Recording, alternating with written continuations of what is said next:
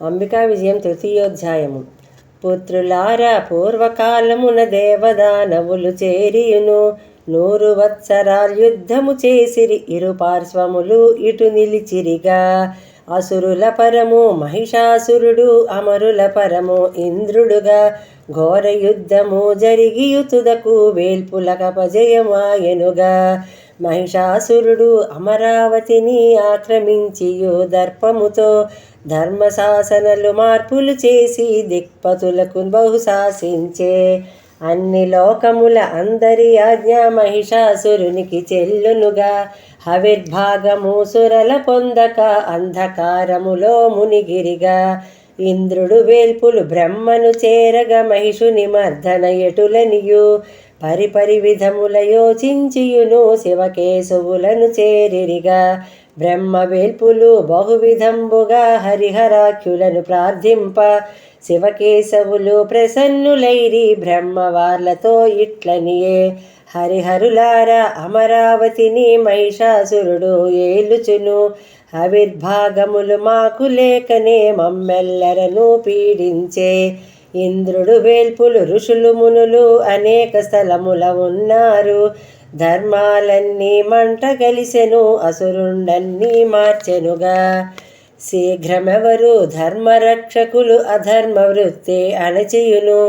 అసురులనచే శీఘ్రకాలమున మమ్మెల్లరను బ్రోచుడన. హరిహరులీ విషయమును వినియు తీవ్ర కోపము చెందియును. క్రూర దృష్టితో వీక్షించగనే శ్రీహరిలో ఒక తేజస్సు. శివుడు ఇంద్రుడు బ్రహ్మ నుండియు అనేక వేల్పులలో నుండి వివిధ కళలు బయలుదేరియు మహాశక్తిగా మారెనుగా. కోటి మెరుపులు శ్రీ ఆకారము సదాశివునిది ముఖమాయే. యముని తేజము రోమకోపములు శ్రీహరి తేజము భుజములుగా. చంద్రుని తేజము నాలుకగాను ఇంద్ర తేజము నడుముగను. వరుణ తేజము గోరులుగా భూమి తేజము పిరుదులుగా. బ్రహ్మ తేజము పాదము వ్రేళ్ళు పాదము గ్రోళ్ళు సూర్యకళ. వసువుల తేజము చేతుల వ్రేళ్ళు కుబేర తేజము నాసికము. దంతములన్నీ ప్రజాపతులును అగ్ని తేజము త్రినేత్రముల్. సంధ్యా తేజము భ్రూమధ్యంబు వాయు తేజము కర్ణములు. 30 కోటి వేల్పుల తేజము మహాశక్తి రూపముగాగా. ఈమె మహిషుని చంపుననియును పరమానందము పొందిరిగా. మహిషమర్ధని మాతకు శివుడు శూలాయుధము అందించే.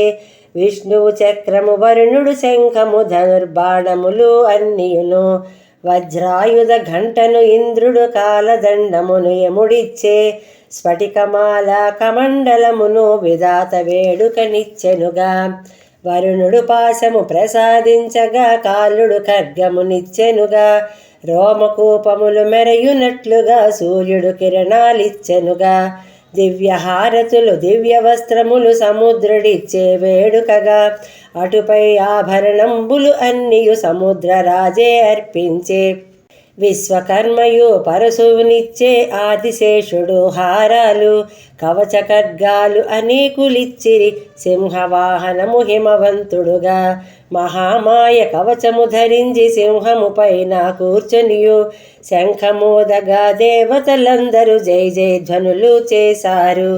దేవి ఊదిన శంఖ శబ్దము సింహనాదముల జయధ్వనుల్.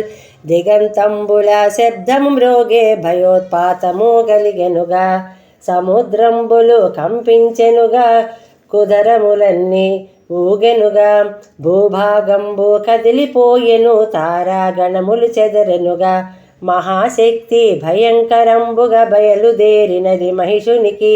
సర్వ సైన్యములు యుద్ధమూడుటకు ఆజ్ఞ చేసెను అసురులకు. చిక్షురుడనుడు సైన్యదాయకుడు సైన్యంబులను నడిపించే. అంబిక చుట్టూ ఆవరించినట్లు ఆజ్ఞ చేసెను శీఘ్రముగా. మహిషాసురుడు దేవినిగాంచి స్తబ్దుండాయే భయముంది. సమస్త జగదాధారమాతయౌ ఈమె చంపునని గ్రహించెను.